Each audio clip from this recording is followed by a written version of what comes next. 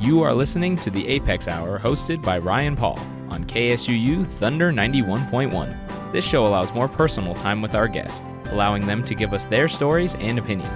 We will also give you new music to listen to, hoping you enjoy some new sounds and genres. Welcome to this episode of the Apex Hour.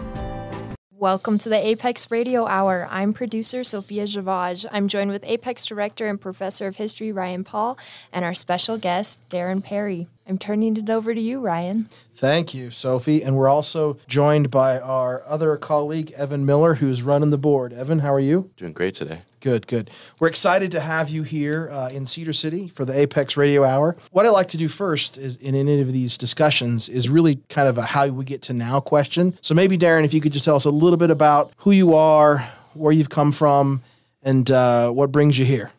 Yeah, I was born in northern Utah, up in a community called Syracuse, in the heart of my indigenous land, the northwestern band of the Shoshones. So we're a northern Utah tribe. Grew up in a normal family, went to normal high schools, attended the University of Utah. And for the last few years, I served as chairman of the band, of the Northwestern Band. So I stepped down 3 years ago to run for Congress, U.S. Congress. And so my journey is a storyteller. I kind of taken over from where my grandmother left off, making sure that people heard about the Bear River Massacre and heard about Indigenous history from the perspective of Indigenous people. So that has taken me on a journey that I've been on since. So let's take a few minutes and kind of, for those of you who haven't heard about the Bear River Massacre or who weren't here for the presentation that you gave earlier, why don't you just give us a primer on exactly what the Bear River Massacre was? The Bear River Massacre happened in 1863, on January 29th in 1863. Federal U.S. troops, the Army from Camp Douglas, Utah, stationed in Salt Lake City, attacked a sleeping Indian village in the early morning hours of the day. At the conclusion of that, after 4 hours, more than 400 Shoshone men, women, and children were massacred at the hands of civilization.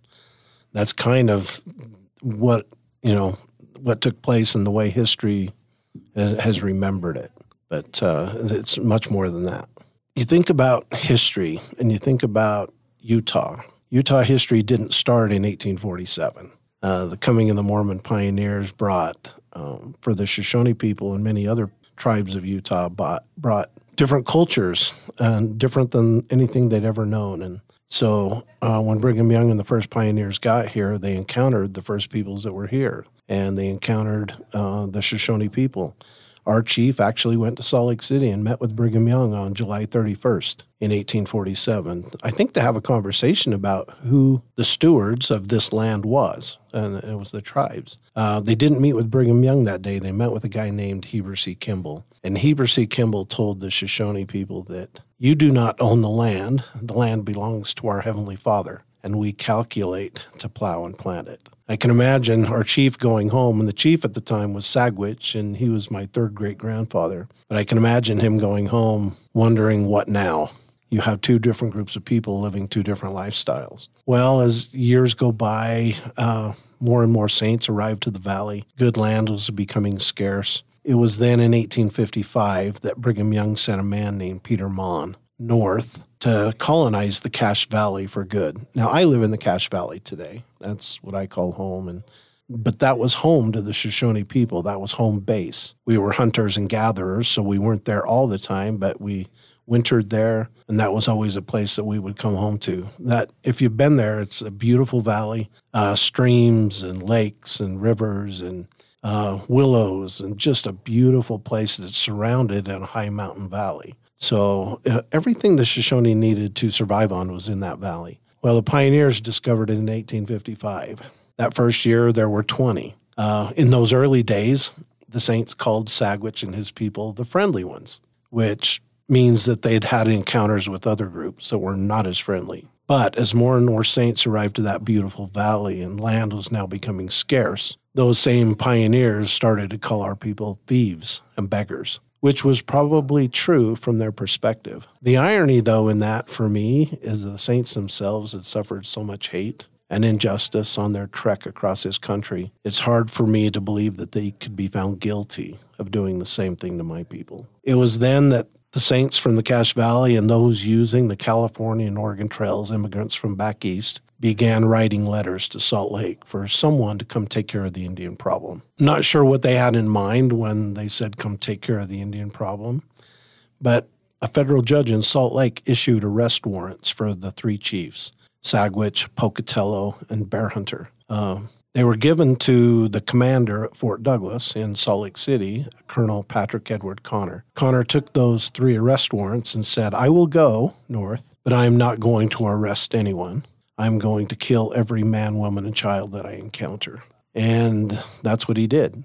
On the morning of January 27th, Connor set out for the Cache Valley where I live today, where the Shoshone encampment was. We camped along the Bear River because of the many hot springs that are there. The grasses didn't freeze, so the horses had food all winter long. The Shoshone could get a warm bath if they needed to catch up. And winter was always the elders' time to tell stories. It was a time to relax and heal from a long hunting and gathering lifestyle. And so that's where they found themselves. The Shoshone hunkered down for the winter, just enjoying life and enjoying relationships with family. Connor got to the site on the morning of January 29th. He saw the village and approached the village early in the morning on that morning. And Sagwitch knew that they were coming. They were up and ready, and he told his people to be ready if they needed to fight. He thought that perhaps he might be able to negotiate a peaceful settlement from the soldiers, and because he had done on many occasions before. But negotiation wasn't in the mind of Connor that day. They approached the village and began firing their rifles and sidearms at the Shoshone people. But I mean, when you think about it, what are bows and arrows when you compare them to rifles and sidearms of the soldiers? It was then that men, women, and children were being slaughtered like wild rabbits, my grandmother said. Many of the women were running with their children to try to find safety, and some of them jumped into the river. That was probably the last option, but there were springs along the river where you could actually survive if you jumped in. There was one woman named Angie Chi. She had a brand new baby. She was a brand new mother on that cold January morning, and she jumped into the river, swam under an overhanging bank next to the river near a hot spring where she found safety. When she got there, though, she found herself there with 10 other women who had the same idea. And then it happened. Angie Chi's baby started to cry. Angie Chi lived to be more than 100 years old, and she would often tell this story of survival to any child that would listen years later. She told of hiding. They could hear the soldiers just above their head. And then she would tell the children that her baby started to cry. And she drowned her own baby to make sure that the baby would not give up her location. There are many stories like that of survival and death. And so our tribe, as a result, we're a small tribe today because of the amount of people that were actually massacred at Bear River. But we honor them. Years later, our people actually got along pretty well with the Saints that had lived in Cache Valley for the most part. I'm not sure if the leadership, when they sent for troops to take care of the Indian problem, I don't know if the idea was, if they knew that they were going to murder every one of them. I want to cut them some slack and think not. I think the government back then was moving tribes around the country. The Trail of Tears and the Navajo, they were all marched to different places, and maybe the good side of me wants to think that the Saints thought that they might remove them and take them elsewhere, but that wasn't to be, and that's not what happened. And so, the ironic thing for me is many of the local Saints and their leadership began making statements and writing them down in their journals. And many of the statements were to the effect that, the Shoshone people had caused so much trouble that patience had ceased to be a virtue. And the coming of Colonel Connor and his men was actually a blessing in disguise, a blessing from our Heavenly Father to punish them without us having to do it. There were many of the leadership church leaders that were actually mayors of the cities along those places, but were making statements like that. And so I think they just wanted the Indian problem to go away, and at the end of the day, murder was the best way to do it. Which is interesting because, not interesting, but in some way because Connor was not a friend of the Mormon people at all. I mean, he and Brigham Young was like Clash of the Titans, right? The Fort Douglas turns their cannons on the temple, right? He is the actual antithesis of the vision of what Brigham Young had. But I guess the concern was he was more angered or hated the Shoshones more than he did the Mormons. Well, kind of. I think here's what happened. Brigham Young and Patrick Connor hated each other. There was no question about that and what that relationship looked like. Connor actually started the Salt Lake Tribune, what come to be known as the Salt Lake Tribune. He saw the only paper that was in town at that time was the Deseret News. It was pro-LDS, and so he started a paper, what he called it, for the Gentiles to get their news. And so he hated everything Brigham Young. But you got to think about Connor in this context. He was an Army guy. I mean, he'd come from Ireland as a teenager, signed up for the Army a year before he actually could, lied about his age, and served in the Army his whole life. That's all he knew. He finds himself in California prior to 1863. The Civil War breaks out, and he wants to go fight in the Civil War to make a name for himself. He gathers up about 250 volunteers from California, and they head out on horseback. They actually made them into a company. And so Connor is leading a group of 250 men, California volunteers, to make their way to fight in the Civil War. Halfway across Nevada, they get new orders from the government saying, you know, we really don't need you at this time at the Civil War, but what we need you to do is protect the Overland Mail Route, which cuts through that area, and also go to Salt Lake City, create a camp, and keep an eye on the Mormons. We think the Mormons are going to succeed from the Union. They might join the South. They might join Mexico. We're not quite sure, but we don't trust the Mormons in this. And so Connor was sent there, and he did exactly that. He set up and aimed his cannons at the temple to intimidate any Mormons and keep them in line. Now, I mean, the Mormons aren't causing trouble. And so he finds himself there for a couple of years with nothing to do, really. He's actually sending his men out on scouting excursions, and he's actually known as the father of mining in Utah because they discovered so many things out of their sheer boredom of being there and babysitting the Mormons. So, well, and he saw, if I'm correct, he saw mining as the antidote to Mormonism, right? If we can find more people to extract these minerals, that'll bring in all these Gentiles, if you will, into Salt Lake and upset the balance of theocratic government. Way more Gentiles than Mormons if we could bring mining to here. And the railroad too. I mean, he saw it as a way to combat Mormonism in his mind. And so that's kind of where Connor ends up being. He ends up in Salt Lake. He's bored to tears. He isn't making a name for himself. He isn't killing people, what he thought he was going to do. And now he gets, these letters from saints in Cache Valley.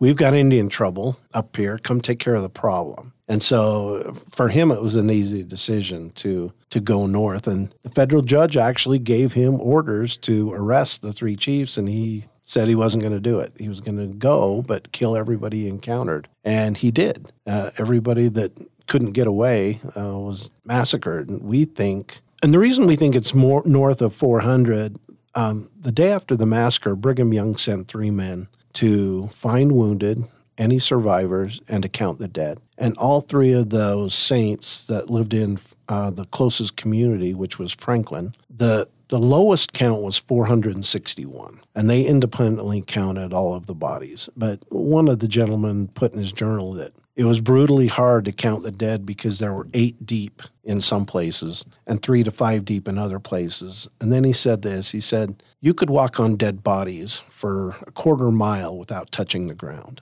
And so I can't imagine trying to count that many people dead. You're certainly not counting those who had jumped into the river and were swept away and died as a result. But the lowest count was 461. So we know it was north of 400. We know that. We know how many lodges were there, 70. We know 8 to 10 people usually lived in a lodge. So there's a lot of evidence for the number. And not that the number is important, but Connor sent in a report to his superiors after the massacre, and he only counted 235. And then in pencil, after the 235 number, he put in parentheses, bucks. which means he only counted the men. I don't think it would have reflected well on him if he would have said, oh, and by the way, we killed 200 women and children too. And so history, sometimes I get challenged on the number. And while the number isn't important, the number is important because just of the sheer loss of life. We have a national park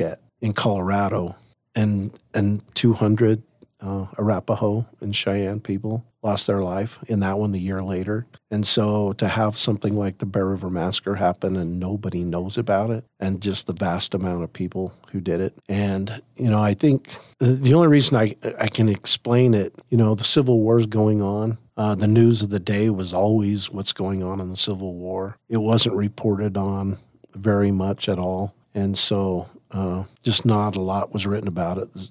Deseret News wasn't going to write about it. I think the Mormons shared responsibility in it. And so, So do we know what percentage of the tribe that would have been? That was probably two-thirds. Two-thirds of the tribe. So the Bear River Massacre happens in 1863, and then the tribe under your third great-grandfather, Sagwitch, really has an amazing story of survival in a way and adaptability that I want to talk about after our break. Okay. Now, we know that you are enamored with the singer Lainey Wilson, and so those of you who's listened to our podcast before know that we always try to get some songs that our guests like. So our first break is a song by Lainey Wilson called Heart Like a Truck.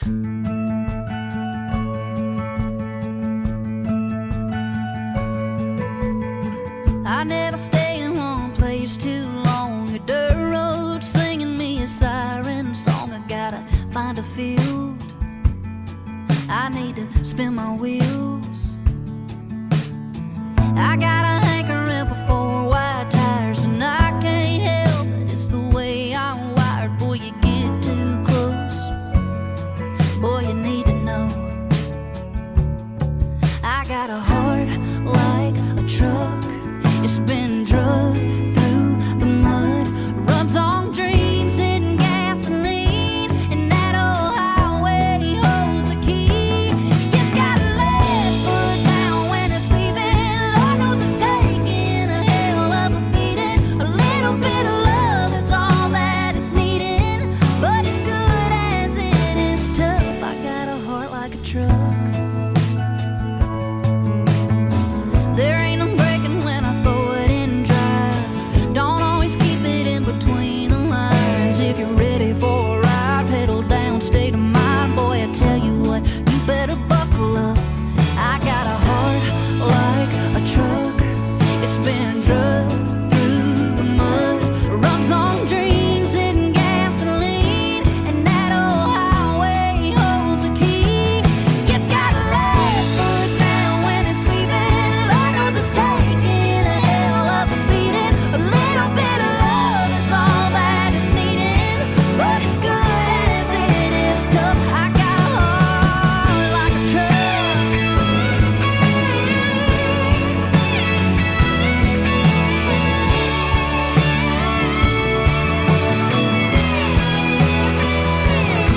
Go on and see if you can knock off the dust, yeah. Shine it up, rev it up, and let it run, yeah. It gets a high riding off into the sun, yeah.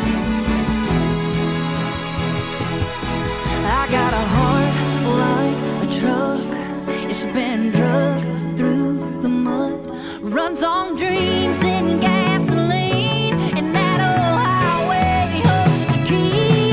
It's got a left foot down when it's leaving. Lord knows it's taking a hell of a beating. A little bit of love is all that it's needing, but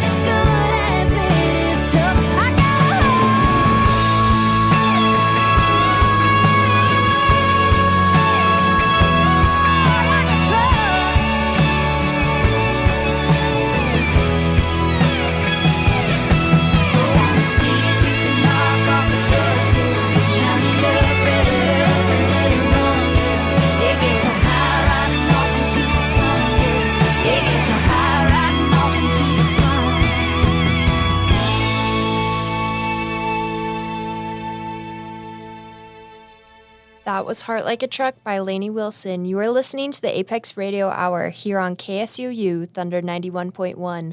I'll turn it back to you, Ryan. Thank you, Sophie.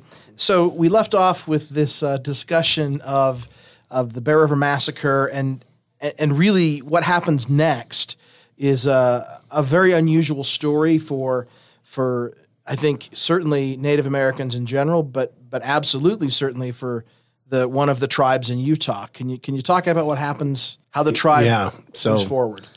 So you'd think that Sagwitch and his people would get out of town and move, but they didn't do that. Sagwitch went to Logan. He had many friends among the saints, and he had a lot of enemies among the saints apparently too. But he had many friends, and he worked for local ranchers for the next few years, scraping together a way of living, and a lot of our people did the same in the Brigham City area. 10 years later, Sagwitch has a dream. In his dream, 3 men appeared to him and told him of a God among the Mormon people. And he was told that this is a true God and that they needed to send for missionaries that would teach them what to do. And so a few months later, there's a lot to this story, but a few months later, Sagwitch sends for a missionary. And that missionary travels north, finds the encampment of all of the Shoshone people along the Bear River. It's May. So they weren't in their wintering campgrounds, but it's still spring. And this missionary, after they shared a meal, according to the missionary's journal, he sat down and he taught them the gospel as he knew it. 2 hours later, 102 Shoshones were baptized into the LDS Church. And so from 1873 on, I think that took our tribe in a different direction as far as other tribes go. The government tried to move us after that point to a reservation at Fort Hall in Pocatello, Idaho, and to share that with other Shoshone groups and the Bannock Shoshone. And Brigham Young said, no, you're Mormons now. We're going to create a church farm for you, and we're going to teach you to farm, to ranch. We're going to assimilate you into our culture. And so from 1873 on, our tribe was pretty much taken under the wing of the LDS Church and taught to raise crops. They built a church and a school, social hall, called 4 missionary families that lived among the people. And I was on a 1,000-acre ranch and taught our people how to do it. The Shoshone meetings, church meetings, were all done in Shoshone language, which made the missionaries learn the language pretty quick if they wanted to know what was going on. Everything except the sacrament prayer, they made them do that in English. But from 1873 on, our tribe has been assimilated into the LDS Church. And so, I mean, if you think back about it, I'm a 6th-generation Shoshone Latter-day Saint. And so, I mean, you know, I think about that all the time, and I think about Shoshone culture. I think about ceremony, like the ghost dance and the sun dance and other sweat lodges and things. And I still go to a sun dance. I still participate in sweat lodges. And I try to honor our people and their culture the way they did it back in the day. And so, but, I mean, you know, being a 6th-generation Latter-day Saint too, you have different thoughts and beliefs and feelings. And so, you know, that's not lost on me that we've completely changed. I think as a result, our tribe is really educated. We value the educational experience. We don't sit around and wait for a government handout. We've been taught to go to work and fend for ourselves. And so I think in a lot of respects, our journey has been a little different. But I can't, you know, apologize for it or just cheer it on. It is what it is. That's where we ended up. So I know you've been asked this question before, but given the complex and nuanced history of your people with the LDS Church, why do you stay? It seems like you have every reason to say, you know, nuts to you. Why don't you do that? Yeah, in fact, I attended a conference in Salt Lake City called Sunstone. They have it every year. I call it the Conference of Mormons and Non-Mormons, but they talk about things that the church doesn't want to talk about ever. And so I was asked to participate in a panel discussion where we all shared why we stay. And it was amazing to hear other people talk about why they stay. And I think for me, it comes down to this. And I have a really good perspective on it. I mean, I really struggle with the culture of the church. Some of the things that isn't doctrinally, but culturally that we do in the church makes me nuts and crazy. And it would certainly be maybe a reason to leave. But I've always just looked at it this way. I look at what is the gospel of Christ and what he taught, the commandments and all those things and how we treat people, regardless of what they look like, who they love. We're commanded to love them. I mean, that resonates with me and it's powerful for me. What I don't have a testimony in sometimes is men. I think men screw it up all the time. And if my testimony of the church was based upon men and their decisions that they make, I'd have been gone a long time ago. But for me, it's easy to separate the pure gospel of Christ and having a testimony of that and feeling like, because that pure gospel of Christ is almost like the native people and the way they lived. We lived in a communal setting. We lived in a way that we took care of each other. It was never individualistic. One thing the pandemic taught me more than anything is, and it's really divided the country over it, is I heard so many times people say, I'm not getting vaccinated. You're not going to tell me what to do. I have rights. My individual rights are more important than the community. And I was actually on the Doug Wright show on a Sunday morning, and he said, why did 95% of your tribe get vaccinated? And I just said, because my worldview as a tribal member is I have obligations. I have obligations to my community to keep them safe. And if science says that being vaccinated is the best way to do that, that's what I do. I don't look at the world through that I have rights. I look at it as I have responsibilities and commitments to make sure the community is safe. And whatever decisions I make should be communal. And look, I've been in the church long enough to know that if we're going to live in a Zion community, you tell me what that Zion community is. We all are the same. We all give everything to the church, and we're given back just enough to take care of our needs. Well, duh, that's how Native Americans have lived their whole lives. My grandmother would always say, we're only as strong as the most vulnerable people within our community. And I look at people of color. I look at people, marginalized people in any way. I look at people that love people differently. And we have a long way to go in accepting others for who they are. And I'll tell you, that's my passion as I live out these last few years of my life, is making sure we see all of our Creator's children the same. My job is to love them and care for them and take care of them, and it's not to judge them, and heaven help me the day I do. But that's the way Native Americans lived, and that's the way they looked at things. So, with that, let's take our second break in another Lainey Wilson song in a very un-LDS sounding name. We're going to listen to Watermelon Moonshine. So Watermelon Moonshine by Lainey Wilson.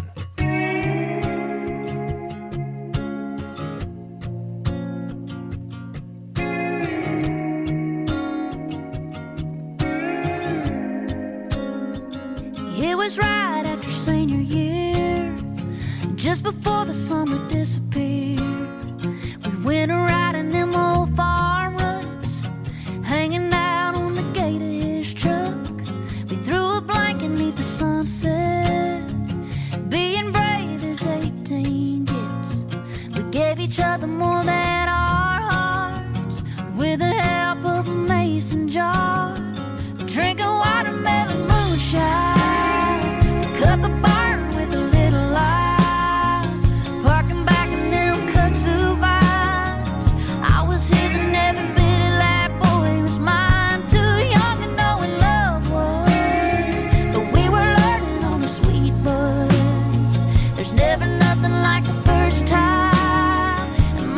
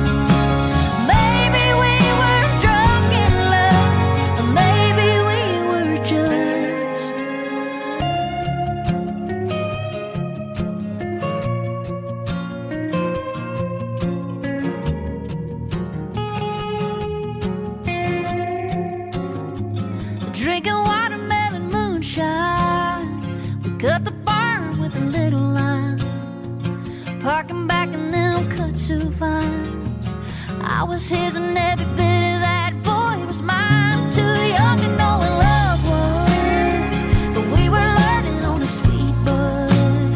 There's never nothing like the first time, and mine's always gonna taste like watermelon moonshine, watermelon moonshine.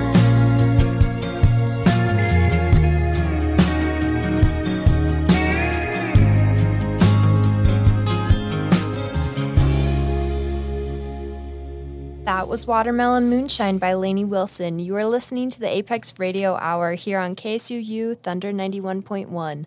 I'll turn it back to you, Ryan. So we left off. You had mentioned this story about, or this thing, the story that your grandmother had told you, and I would be remiss as a historian not to spend some time talking about your grandmother, who is probably one of the most amazing and relevant women in the history of Utah, but certainly in the history of your people. So will you spend a few minutes talking about your grandma? Yeah, thank you. I was in Boise all last week to the AASLH conference, history conference. It's a national chartered history group of historians, mostly back east. But they gave, for the first time, for someone who's passed, a huge award, and they gave it to my grandmother, May Timbimbu Perry. And I was lucky enough to go accept it for her. But I mean, she was born in, she passed when she was about 88. She was just an amazing woman. She was a product of the boarding schools. They forcibly took her from her family and sent her to California to a boarding school. She was beaten or punished for speaking her language or culture. But she returned home, and I think she decided at an early age, the only way I'm going to survive and make a difference for my people is to get educated in their ways. And she continued her education in high school, which was really unheard of for a young Shoshone girl, especially a girl of color. And then she went to college and got her bachelor's degree in English. And then she began writing down all of the old history and the stories that she'd heard as a child.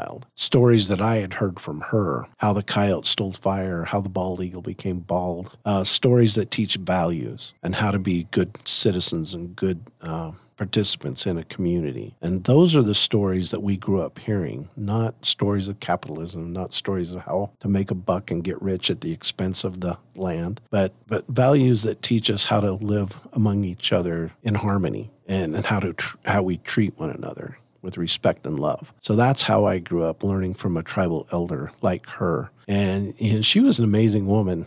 She passed when I was 18 years old. I knew her well. I was the oldest grandchild, and my parents both worked, so I got dropped off at her house. But I learned to brain tan hides. I learned to bead. I learned a lot of the language. I could speak it fluently when I was a child with her. But I learned so many things from her that I still think back every day. I'd like to have one more conversation with her, because when you're a kid, you just don't really realize what you have in front of you with your elders. I coined a phrase years ago, when an old Indian dies, the library burns. And that was true about a group of people who used oral history to perpetuate their communities and their world. And so that's good and all, but if you miss a generation or two, you've lost the whole history of the people. And so what my grandmother did was really transforming. She wrote everything down. I've got all of her writings in boxes, and she typed it all out on this old typewriter that none of you have ever seen. I know the two people sitting here with me have never seen one. So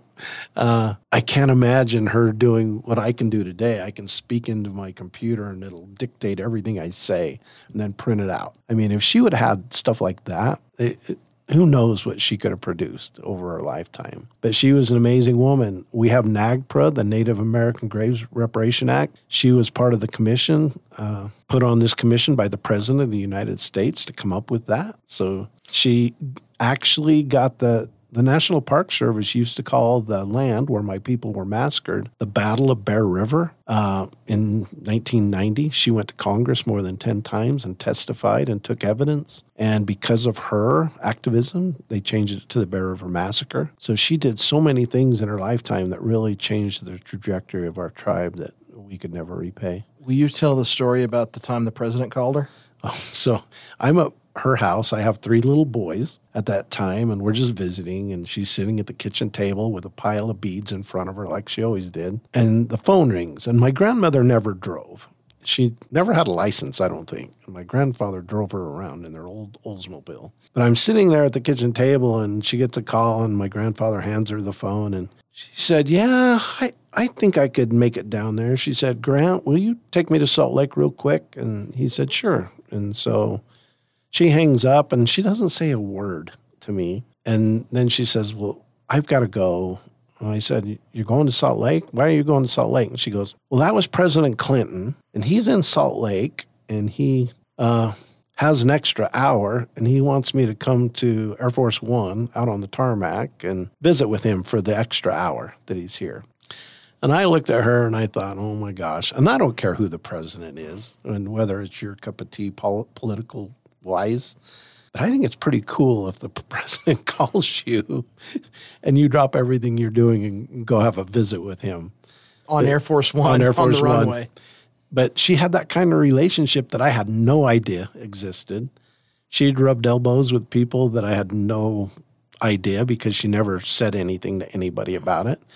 She just, I don't want to say quietly, went about her business because she was a fierce advocate for her people. And she was mad at the church her whole life. She never went to church. I think she came to my missionary farewell when I served in LDS mission. And I think that's the first time in years that she'd ever been inside of a church. But she felt the church was responsible, and rightfully so. I mean, but she held them responsible her whole life. And so I learned so much from her and her activism and how she got things done in the face of being a woman. Back in those days, trying to get things done would have been hard then, but especially as a brown woman, the things that she accomplished. And she's finally getting the notoriety now. And it's just, I'm trying to continue her work and continue advocating for our story. And look, our story is our story. And it doesn't mean that ours is any more true than anybody else's. But for me, it's about being able to share our perspective and the Shoshone perspective. When Winston Churchill said that history is only written by the victors, that means we've gotten years, hundreds of years of a perspective from people that won. Native Americans never won. And so finally, people are listening to from a perspective of the people who lost, but what a perspective it is. And there's a lot of lessons of life that we can learn from those people.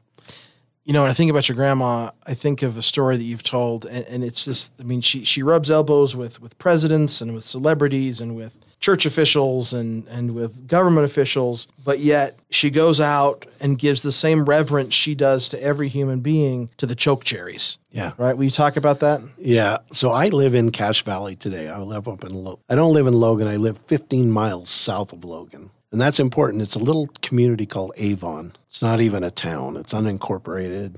All the mountain ranges, I think I have a huge mountain quarter mile behind me, a huge mountain in front of me. We're surrounded in this little valley by mountains.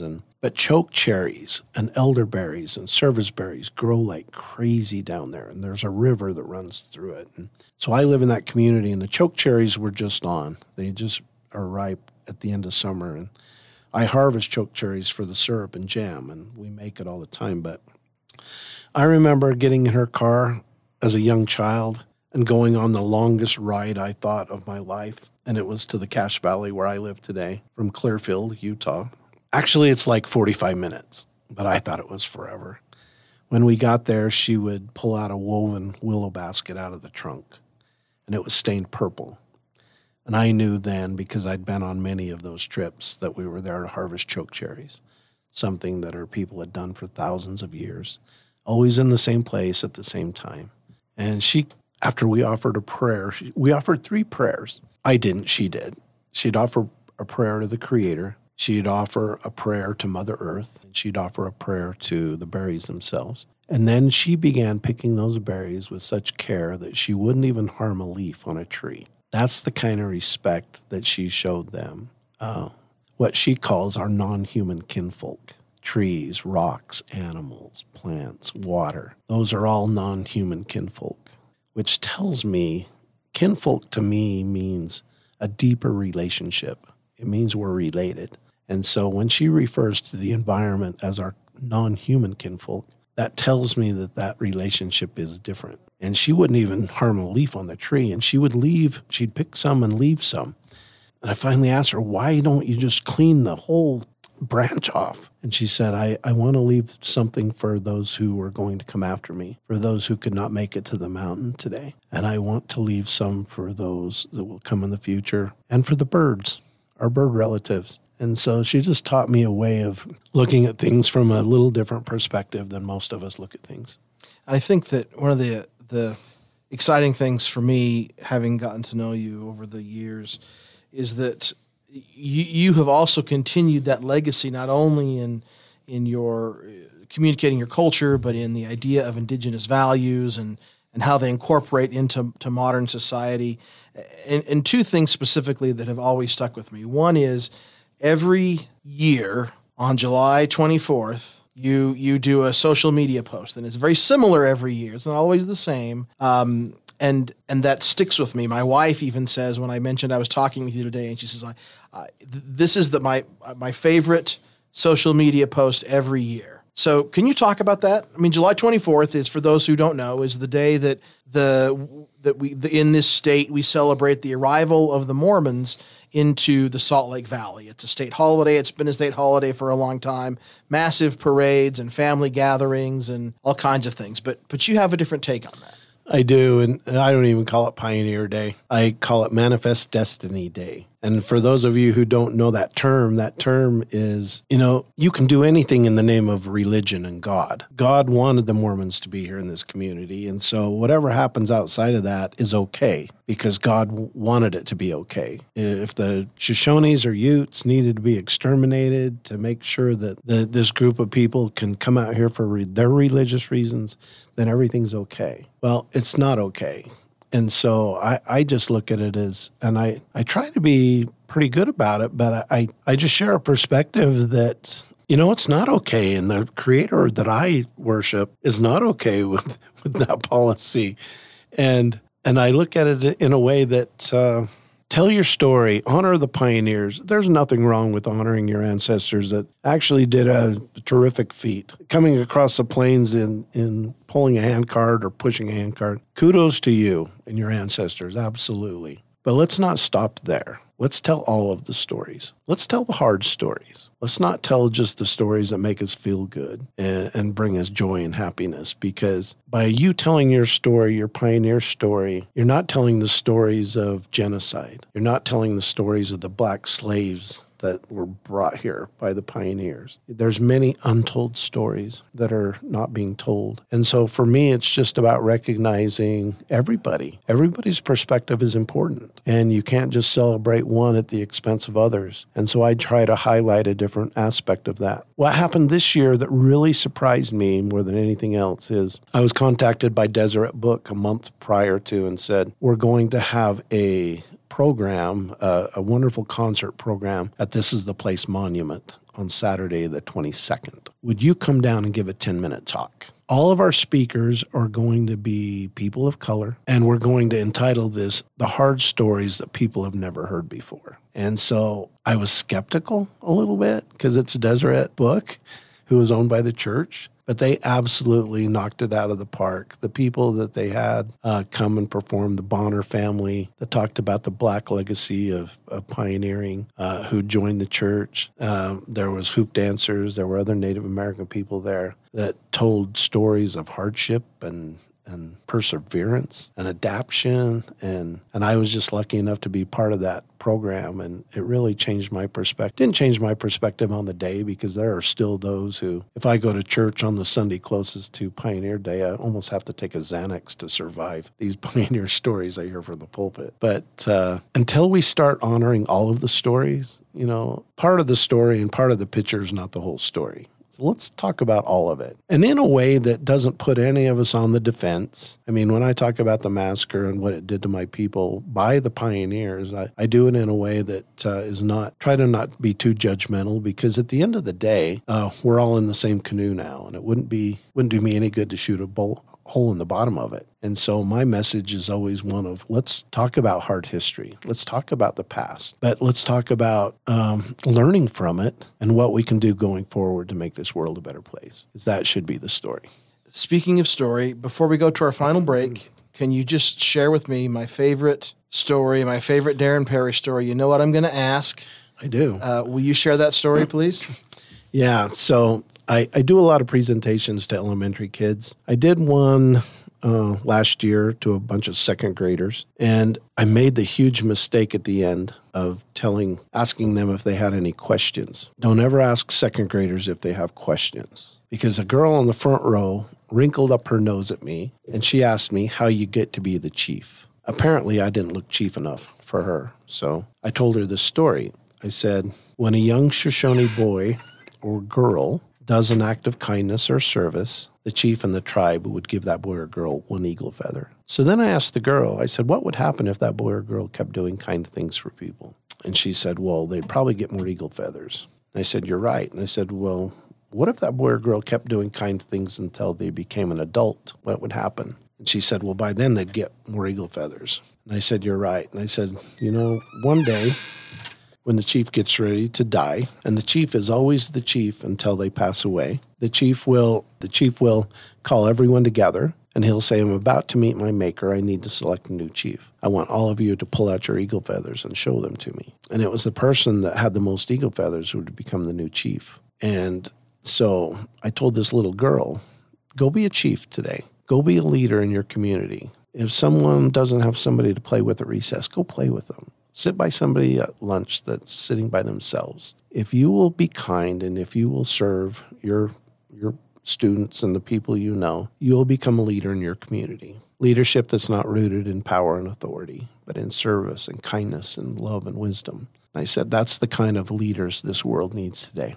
And so I always leave every lecture and every talk I give with that message, because the world needs that kind of leader today. Yes. Thank you. Amen, brother, as they say in the business. Let's go to our final break as we get to the last exciting segment of our podcast. So this song in honor of Darren Parry from Lainey Wilson is called Wait in the Truck by Hardy, featuring Lainey Wilson.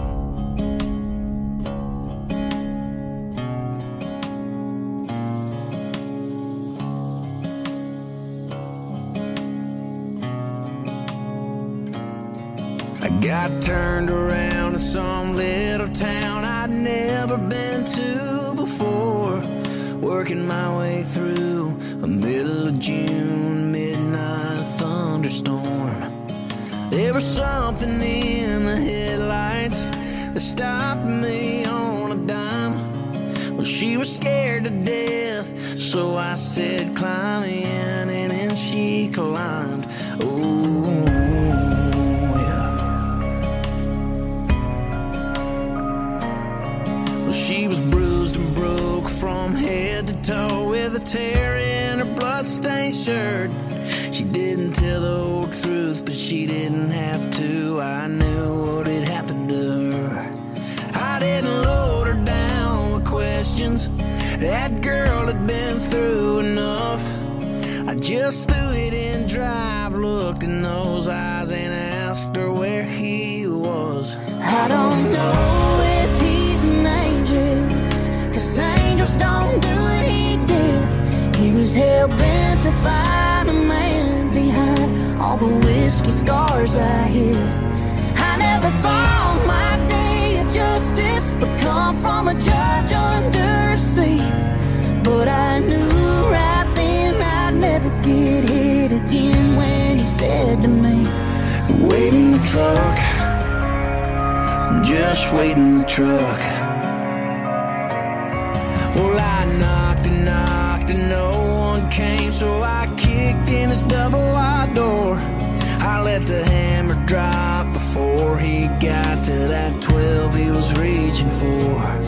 I didn't try to hide my pistol, I didn't even try to run. I just sat on the porch smoking one of his cigarettes and waited for the cops to come. I don't know if he's an angel, 'cause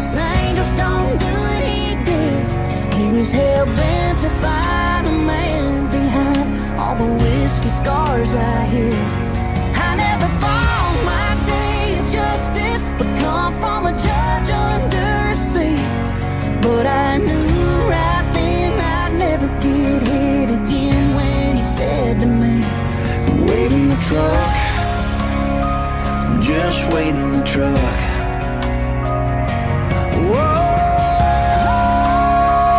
have mercy on me, Lord, have mercy on me. Have mercy on me, Lord.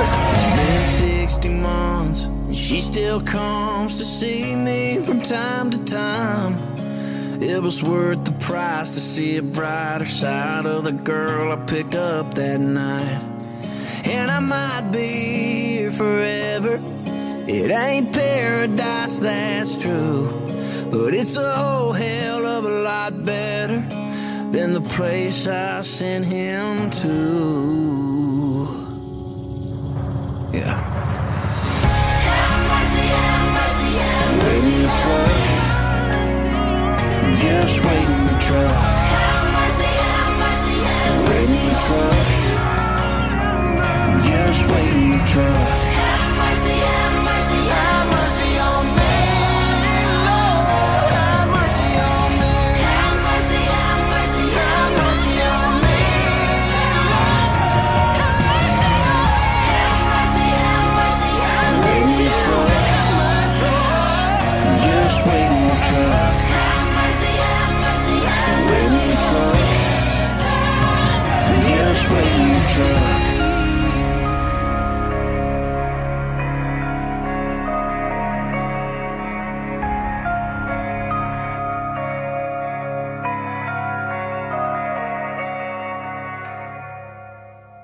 That was Wait in the Truck by Hardy, featuring Lainey Wilson. You are listening to the Apex Radio Hour here on KSUU, Thunder 91.1. I'll turn it back to you, Ryan. Thank you. For those of you who've listened before, know that this is an exciting part, the last little bit of our segment here, where we talk about what is bringing us joy.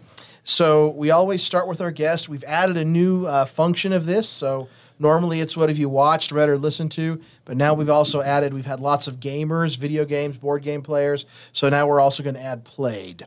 So Darren Parry, what are you currently watching, reading, listening to, or playing that is bringing you joy? Great question. So I'm reading now, and I'm rereading the Sound County Almanac by an old guy named Aldo Leopold. The funny thing about that is, a month ago I spoke at the University of Wisconsin in Madison, and they kept talking about this Aldo Leopold guy in Wisconsin. I'm thinking, who the heck is that? And so finally at a dinner one night, I asked one of the students, grad students there in environmental studies, who's Aldo Leopold? And she started laughing really loud, and I mean hysterically, for 5 minutes. And then she said, well, the environmental college is named after him. And so I'm going, yeah, so? I mean, I had no idea who this guy was. And then she gave me his book, the Sand County Almanac. And come to find out, he was born in the 1880s and lived to be in the early 1900s. But he wrote this book, and he was like the first environmentalist that looked at land almost like indigenous people look at land. And if you think about it, at the turn of the century, a white guy that was actually practicing Native American ways of stewarding the environment, that was unheard of. And so as I read his book, and now I'm rereading it, the gentleness and how he treated the environment was so reminiscent of reading about indigenous people and how they look at the environment, that a white guy from, that long ago could have written that. He was way ahead of his time, and absolutely I know why the college is named after him. And he's really known as the father of modern environmentalism. And it was just shocking to me to see somebody that talked indigenously without being indigenous. And it started at the University of, Wisconsin. So I love that book. Sand County Almanac. Mm-hmm. Great. Evan Miller, what are you currently watching, reading, listening to, or playing that is bringing you joy? I don't know if something that's really brought me a lot of joy recently. I don't know if this fits in any category per se, but last night I proposed to my girlfriend, so I'm officially engaged. So that brought me a lot of joy. Congratulations. Thank you. For now. The pictures are beautiful. Sunset, the whole thing. Thank you. Anyways. So beautiful. I noticed that sitting next to you here, a little glow that is is shining that normally is not as evenness. Well, congratulations. We're excited. We're excited for you. Thank you. Appreciate it. My good friend, Sophie Javage, what are you currently watching, reading, listening to, or playing that is bringing you joy? Okay, so I started this book like years ago, but then school always start and it screws up me reading it because then I'm just too exhausted by the end of the day. And this summer I started reading again Men Are From Mars and Women Are From Venus. And I love books that change your perspective on things and teach you. I love learning why people act and think the way that they do. And this book fully encompasses that. And I've gained a lot of joy and a lot of knowledge from reading this book. So that is that's what I'm currently receiving joy from. Okay, Ryan, what are you currently watching, reading, listening to, or playing that is bringing you joy? Before I tell you, I did not mean to make fun of your evenness. I think you're super cool. No, it's okay. I always wonder what my life would be if I had hair like yours. Right. So, well done.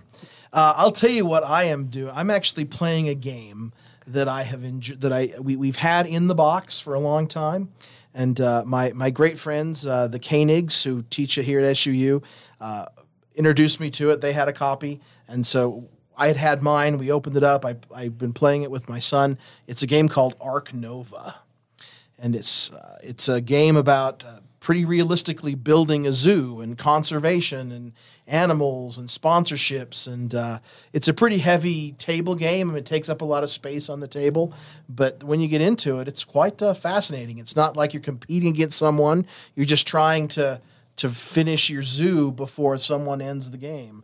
And then I discovered this thing called Board Game Arena. Have you ever seen that? You kids should know about that. It's an online thing that you can sign up for, and you can play these games all over the world online. So like the other day, my son and I played a game of Ark Nova online. So you could sign up. We could all play together. Wouldn't that be fun to do, right? Yeah, it would be. All right. Thank you, everyone. Thank you, Darren, for being here. We're so grateful that you took the time to come down and share your wisdom with us. We will go out on another song that we have picked especially for you, which is Save Me by Jelly Roll, featuring Lainey Wilson. Thank you, everyone, for listening to the Apex Radio Hour, and we'll see you next week.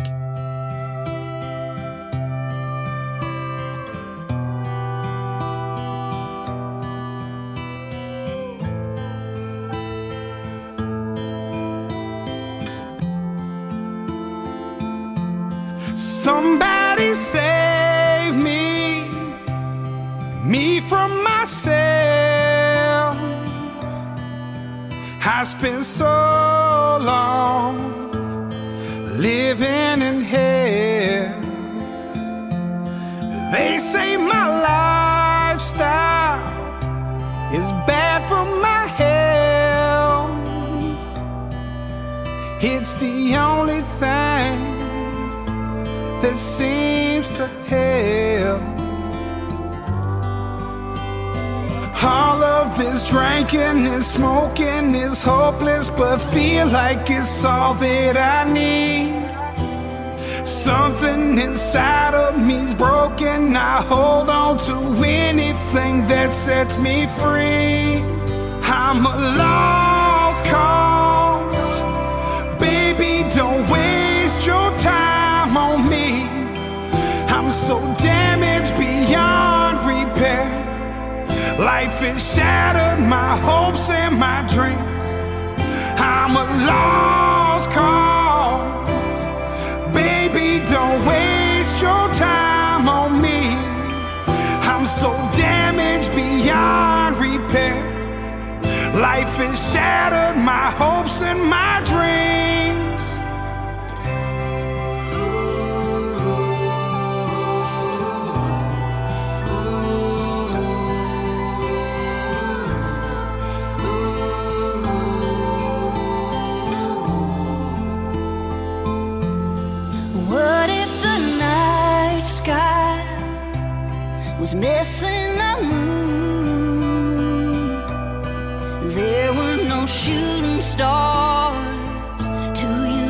wishing on you.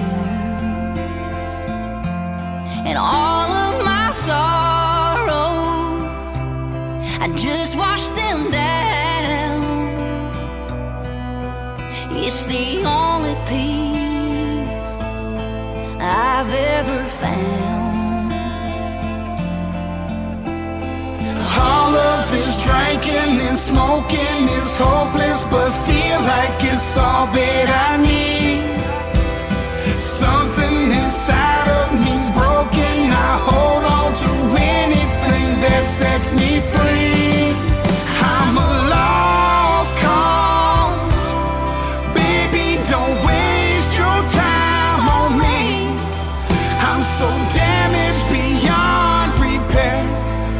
Life has shattered my hopes and my